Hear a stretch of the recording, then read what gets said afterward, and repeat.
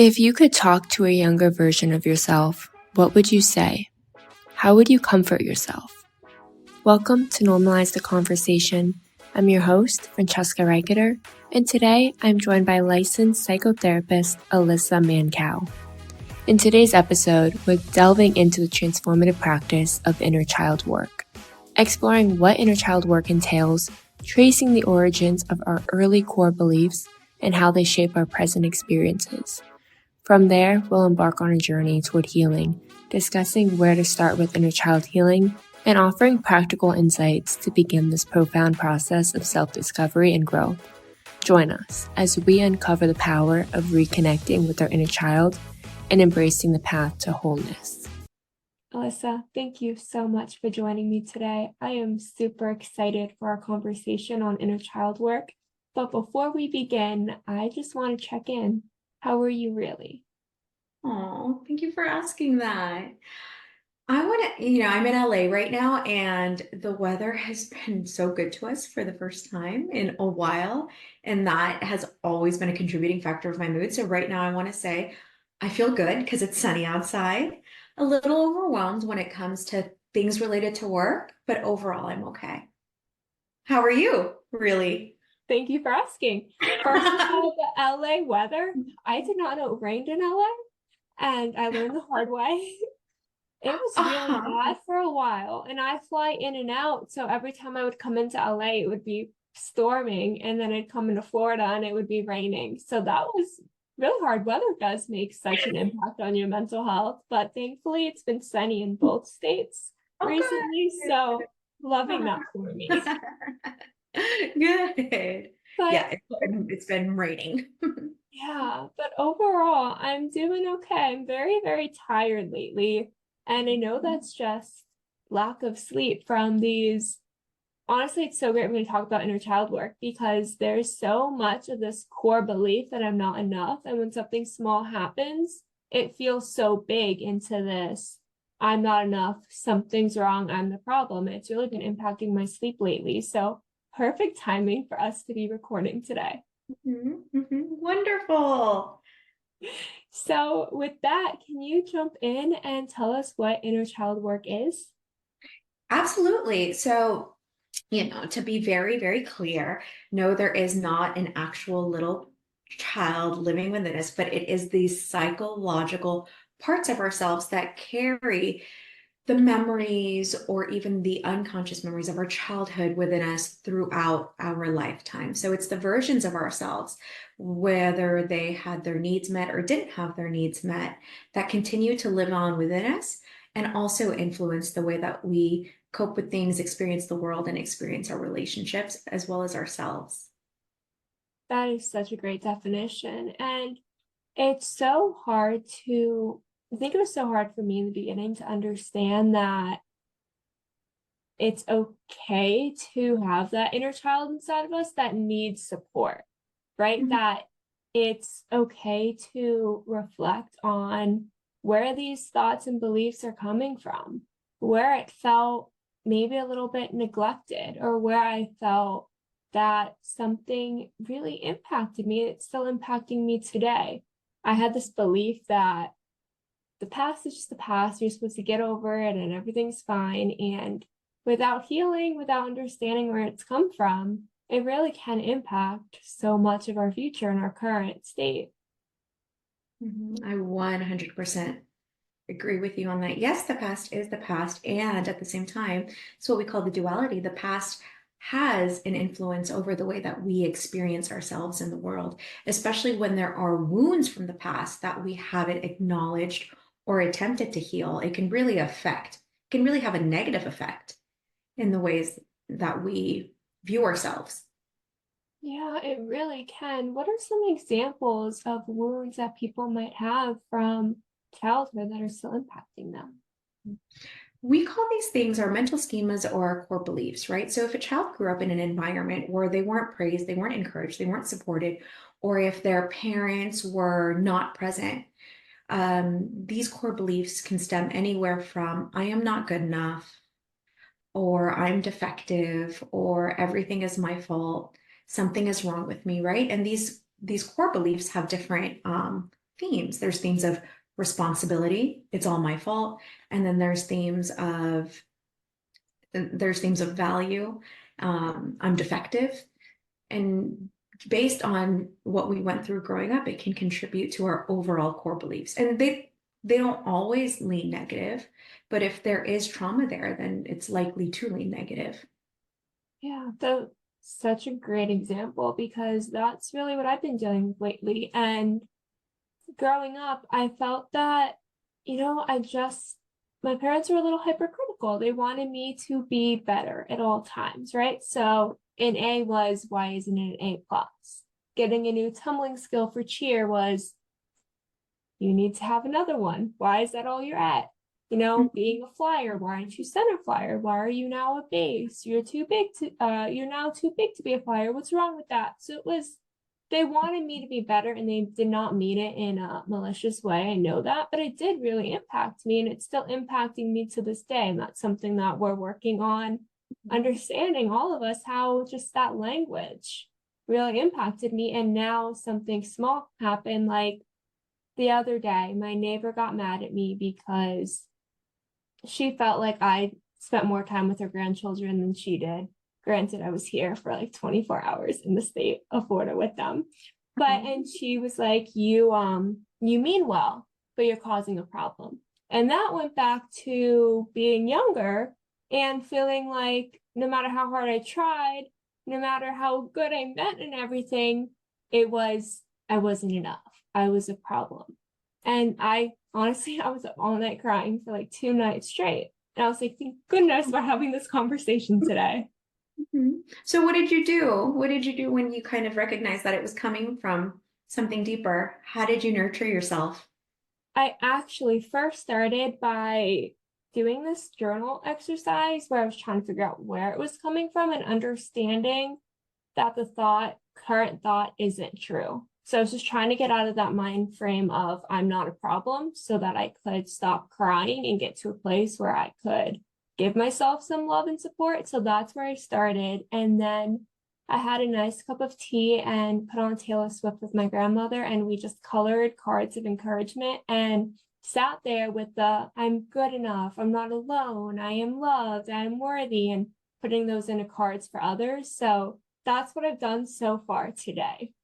This is like last night. Yeah. I love that. And in that process, you're also giving your inner child play, because coloring is, something that, children tend to do more than adults. So you're giving that younger inner you permission to just be free, to play, to do something fun.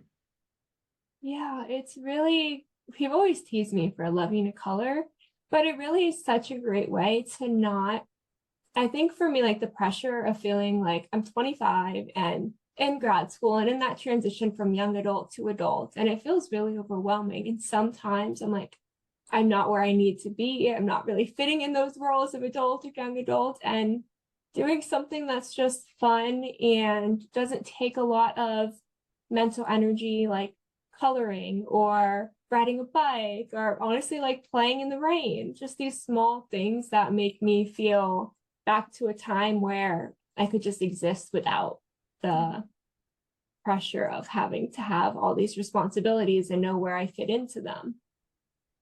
But even, I just want to highlight, even you saying, I'm not where I need to be.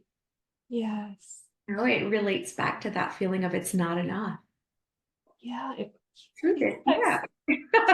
When the truth is, you're exactly where you need to be. Because what are these milestones that we've created for ourselves, that we've essentially made up, and we've said, this is what is right.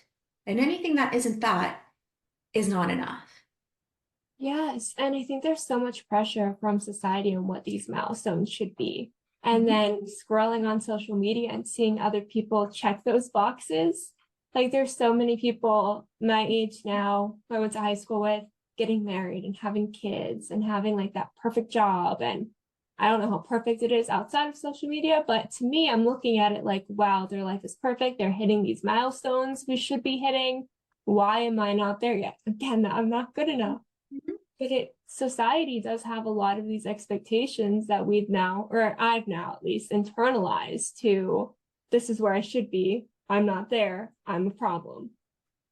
And social media amplifies it because, of course, people are posting these parts of their lives, but then there are so many people who are going through what you're going through.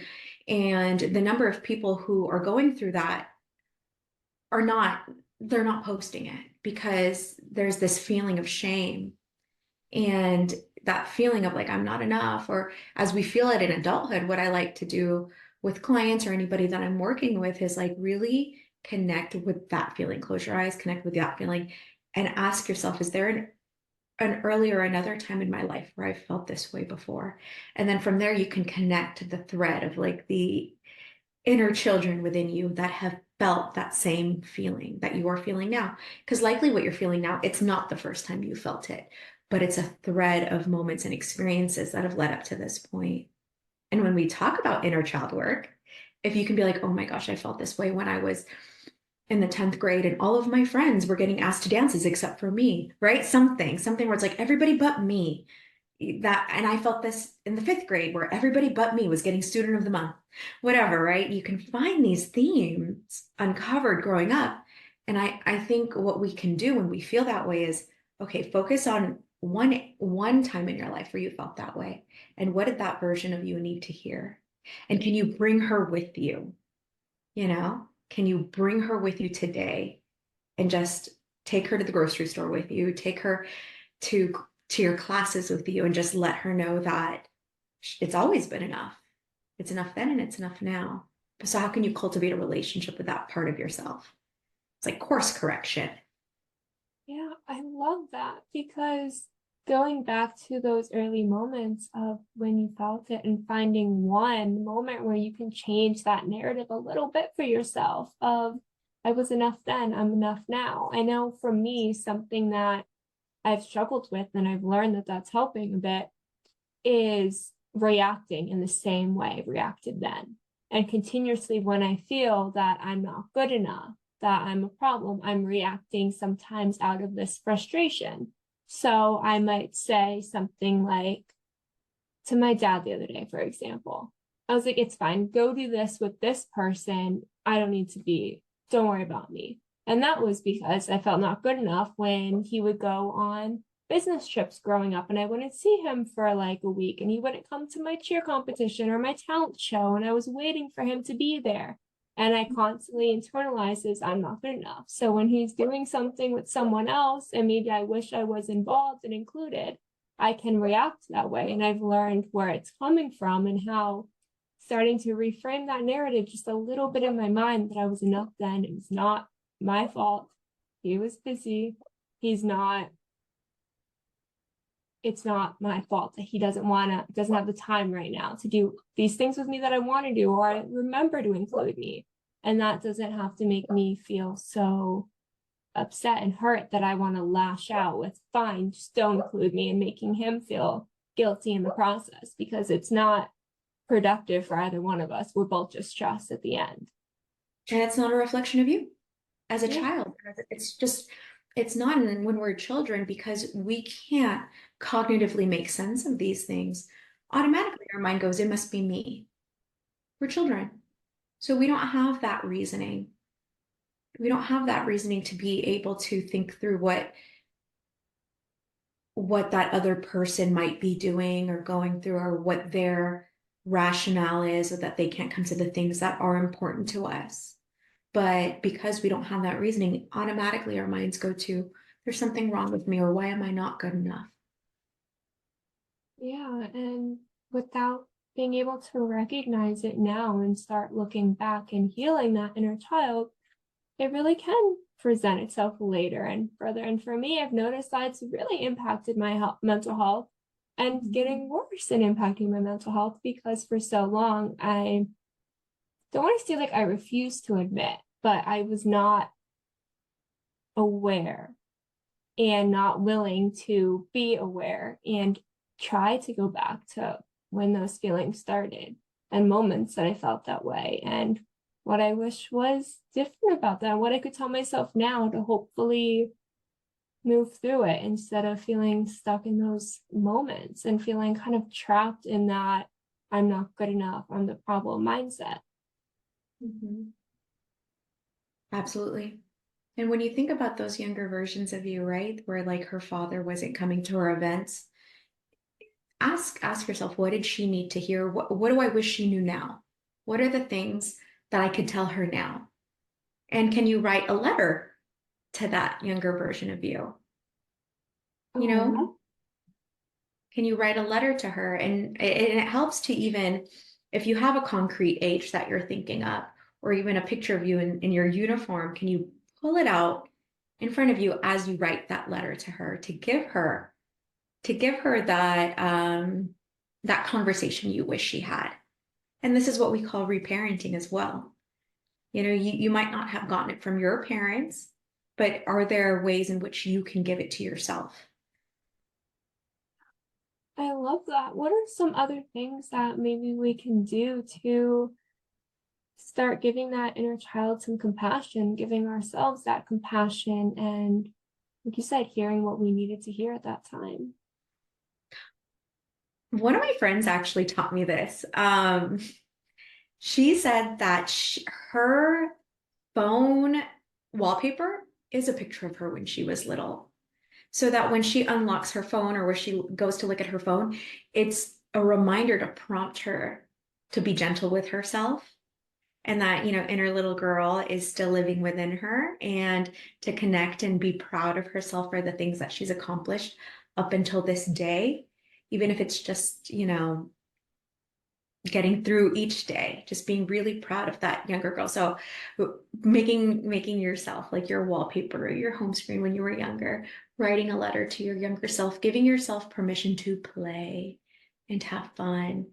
And I like that you are keen on what core beliefs are, and those negative core beliefs and those negative mental schemas, and being able to have a dialogue with that younger self and just exploring with them what made us believe this was true, and what are some things that we can switch it out with, whether positive or neutral.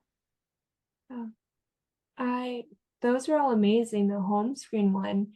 I'm just thinking about how many times, like, feeling upset, maybe I'll go to send that text message, right? That's like, oh, it really didn't need to be sent. But maybe if I saw that picture of myself first and kind of give myself some compassion, reminder that I need to hear something, something that I need to hear at that moment, and give it to my younger self instead of just reacting right away with that I want to respond mindset.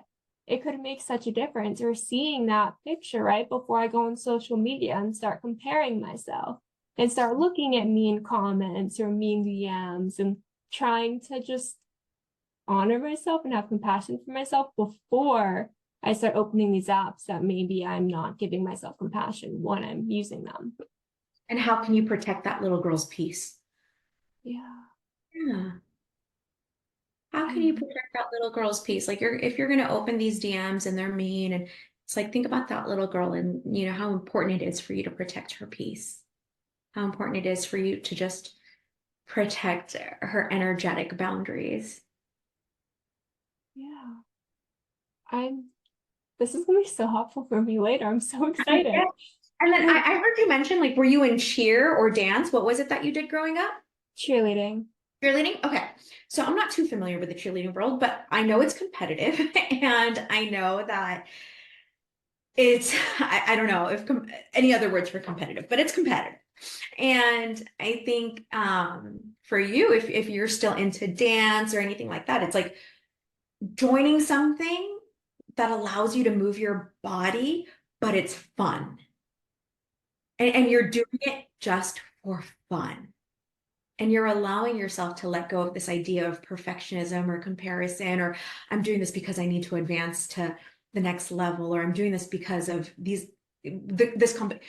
You're literally just dancing for fun. And that's And it.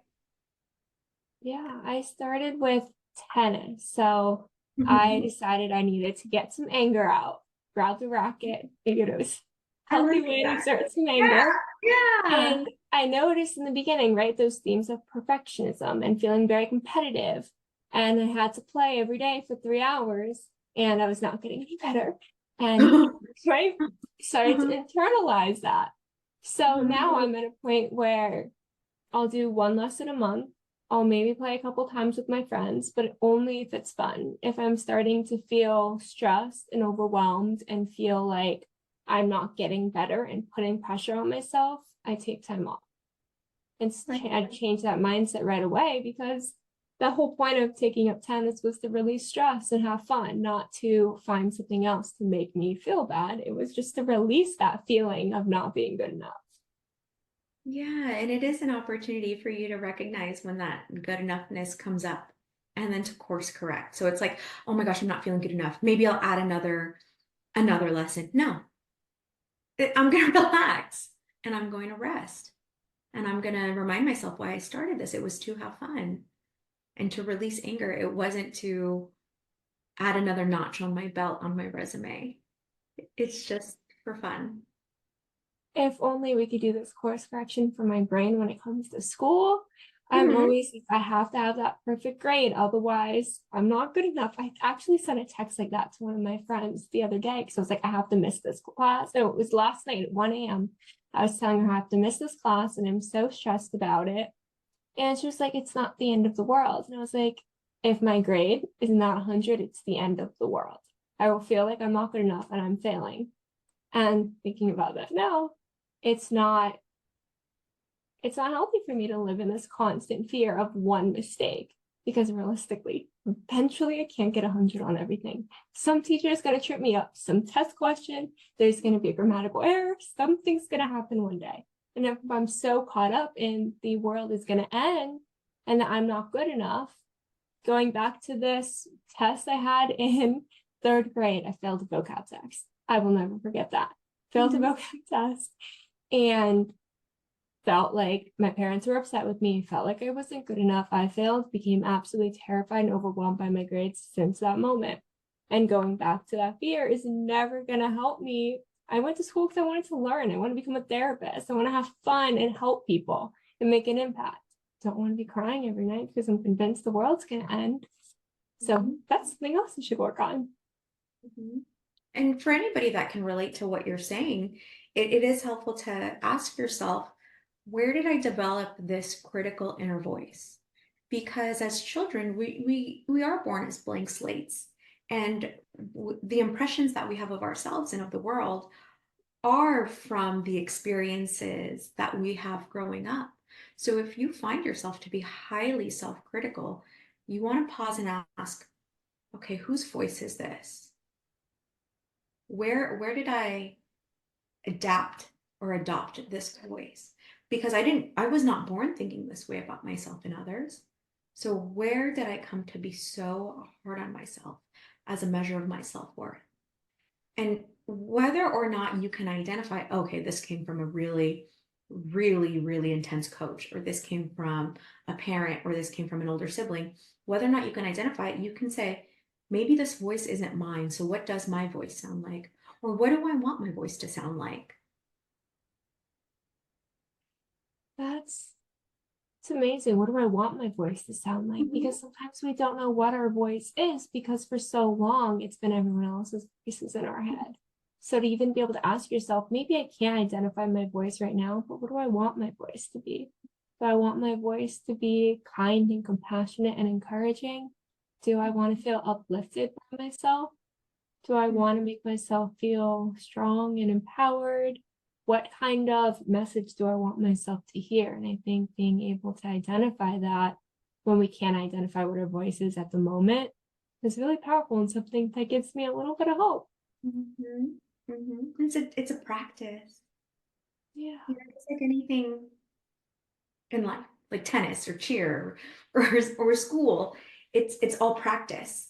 Right. And that same goes towards learning how to be compassionate with ourselves, learning how to heal our inner child. It's all a practice, and we get better at it with each time that we try to do it. Yeah, we do.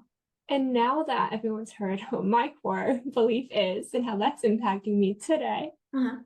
So for someone who's maybe listening and they're thinking, am I having this critical inner voice that's healthy and kind of just pushing me to be better and just encouraging me? Or do I have this critical inner voice that's really hurting me that stems from past experiences? What are some ways people can tell maybe that difference so they know what to be looking for?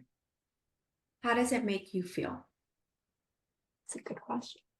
Yeah, how does it make you feel encouraged, motivated, and supported? Or does it make you feel defeated and inadequate? And it goes back to, just like what is the difference between healthy striving and perfectionism, right? And also the way we see the difference is when you fail, when you don't do well on something, that healthy inner voice is encouraging and it's motivating you and it's compassionate and it's tender. It becomes unhealthy if you fail at something and it tells you you didn't do enough. You have to start from the beginning. You are X, Y, and Z. So that's how we see the difference. It's how does it make us feel? And what is it telling us when we fail? Is it saying, that's okay, you learned from it? It's a learning lesson. It happens. Doesn't mean anything, negative about you. You keep going. Or does it say, why did you do that? You should have studied longer. You shouldn't have gone out that night. Right? Yeah. It goes back to how does it make us feel? And how does it respond to failure? That is a really, really great distinction because the way we talk to ourselves and feel really matters. And if we're talking to ourselves with encouragement, or we're receiving that message as encouragement, or if we're receiving that message as maybe a bit of disappointment or not love or kindness, but more, I don't like self-hatred because that is a very strong word, but maybe some kind of pain toward ourselves. How are we perceiving that message?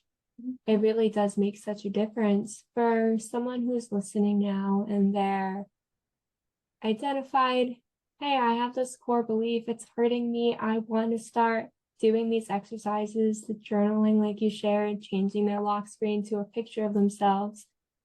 And they're getting to a point where they're like, you know what, I've identified that voice. I understand where it comes from. How can they maybe take that next step to start shifting that voice? Start for the concrete people. You can start by writing a letter of compassion to yourself now and to your younger self to get you to practice that tenderness in language when it comes to yourself. It's so easy for people to be tender with the people around them, their best friend, a family member, anybody that they really care about. But it's so much harder to turn that tenderness back to yourself. So letter writing can be a really good opportunity for you to practice that language. And then when you're finding yourself just being self-critical, number one, observe and acknowledge, and then saying something along the lines of labeling, I am being critical and I don't have to believe this. I don't have to believe this as my truth. I might not have anything to replace it with, but I know I don't have to believe that. Those are really great examples. I think that exactly what you said about we have compassion for those around us. I always laugh at myself at how if my friends and I, we have that same insecurity or fear, or maybe we made the same mistake or a similar mistake, how kind I am and encouraging I am toward them, and how much I attack myself and make myself feel so bad because it's the very similar, maybe exact same situation. Why am I able to offer so much compassion toward them? And for me, it's because I see them as so worthy and so loved and so amazing. I see them with these rose-colored glasses.